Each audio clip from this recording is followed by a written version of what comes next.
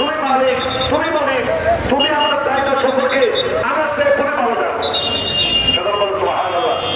যদি আপনি আপনার মালিককে, আমার মালিককে যদি আমরা বলি আল্লাহ আমার প্রয়োজন কি, আমি যা চাইবো তোকে আমার কল্যাণ ছাড়া অকল্যাণ থাকতে পারে, কিন্তু আমি আমার চাওয়া তোমার কল্যাণ কাজ করলাম, আমার পরিবারের জন্য, সরকারের কল্যাণের জন্য, সরকারের স্বাস্থ্যের জন্য, সরকারের নেতাদের জন্য যে নিয়ামত সরকার, সেই নিয়ামত ধরে আমাদের রাখবো।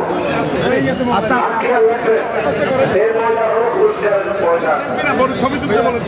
আল্লাহ তাদেরকে দেখবো যে আমার তারা দেখো আমার বন্ধুরা সারা এবাদত, বন্দী, শক্তি, কালে, সারা কোরআন, সাহায্য, ক্রিয়ামূল্যায়, জাকাত প্রদান, রক্ষা প্রদান সব কিছু শেষ করে আজকে পুরস্কার দেওয়ার জন্য ময়দানে উপস্থিত হয়েছে।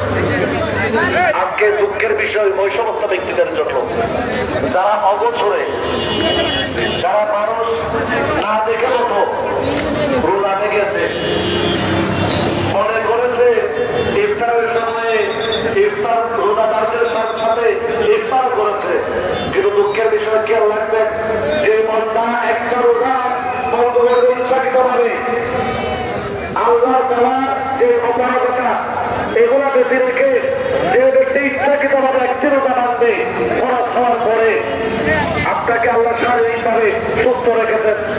আপনি যদি আপনি যে শারীরিকভাবে সুস্থ, এটা আল্লাহ সবচেয়ে বড় নিয়ামত। সুতরাং এই শরীর একটা বাচ্চা হারিয়ে গেছে কিনা,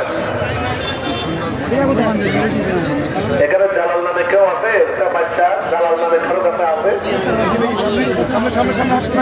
আপনার মেয়ে ওনার কোলে আছে? জালাল, জালাল আপনি কোথায় থাকবেন? মসজিদে যান, মসজিদের বারান্দায় বলেন, আমি বারান্দায় বলতেছি, মসজিদের বারান্দায় উনি আছেন অভিভাবক, ওনার সাথে সাক্ষাৎ করবেন। বলতে চেয়েছিলাম আল্লাহ পাক রব্বুল আলামিন আমাকে একটু বইটা দেখাবেন, আমার কাছে বই নেই। একটু যারা এখন প্রবেশ করে না তারা ঢুকে যান। আপনাদের আছে জানকারি করবো না, আমরা নির্দিষ্ট সময় ইনশাল্লাহ নামাজ আদায় করবো। আমরা আল্লাহর দরবারে ফরিয়াদ করবো আল্লাহ পাক রব্বুল আলামিন আমাদেরকে মাহে রমাদানুল মুবারকে যে বরকত দান করেছেন, এই বরকত যেন আমরা পুরো মাসে পাই, এবং যে প্রশিক্ষণ আমরা রমাদানুল মুবারকে নিয়েছি ওই প্রশিক্ষণ যেন আমরা কাজে লাগাই।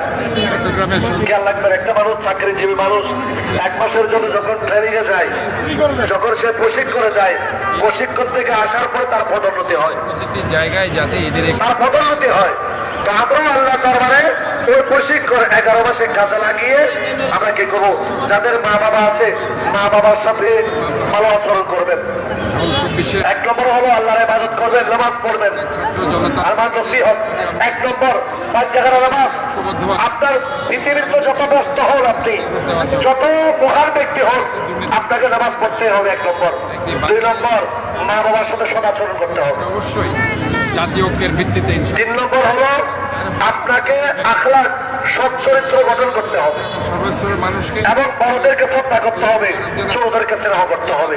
আল্লাহ পাক রব্বুল আলামিন আমাদেরকে মাহে রমাদানুল মুবারকের যে রহমত বরকত, সেই ফয়েজ যেন আমাদের উপরে মৃত্যু পর্যন্ত আল্লাহ জারি রাখেন, আল্লাহ যেন সেই তৌফিক দান করেন। এবং আমরা ইনশাআল্লাহ নামাজ শুরু করব।